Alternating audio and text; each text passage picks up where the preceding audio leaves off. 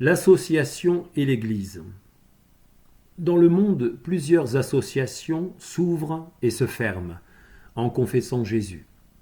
Mais peuvent-elles prendre à la légère l'Église de Jésus-Christ ?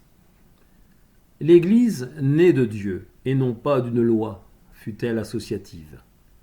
Mais il est évident que l'association aujourd'hui est utile pour nous réunir.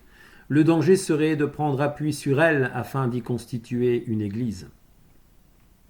Combien de sectes ne se constituent-elles pas en association aujourd'hui ?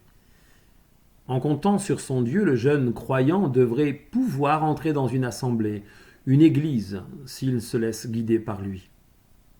J'ai ouï dire que certaines églises étaient comme des paniers de crabes, n'y mettez surtout pas la main. Pensons-nous vraiment que l'église de Jésus-Christ soit un panier de crabes ? Personnellement, je ne crois pas qu'elle soit comme ça.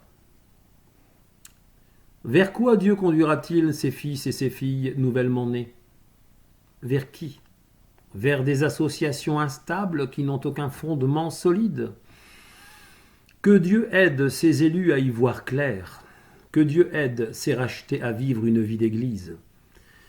Que les associations religieuses reconnaissent les élus de Dieu. Les ouvriers que Dieu envoie dans sa moisson vont-ils être acceptés par ces associations ? Pourront-ils jouir des bénédictions spirituelles qui conviennent à des saints ?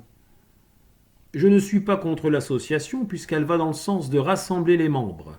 Mais sachons bien que l'unité du corps de Christ ne dépend pas d'elle. Notre Seigneur permettra la conservation de l'unité en son sein, l'unité de son propre corps. Le Christ Jésus rassemble en un seul corps les enfants de Dieu dispersés. Non pas grâce à une association qui s'ouvre et qui se ferme, mais grâce à lui. Évangile selon Jean, chapitre 11, versets 51 à 52. La dissolution des membres d'une association ne doit pas entraîner la dispersion des membres du corps de Christ qu'elle renfermait.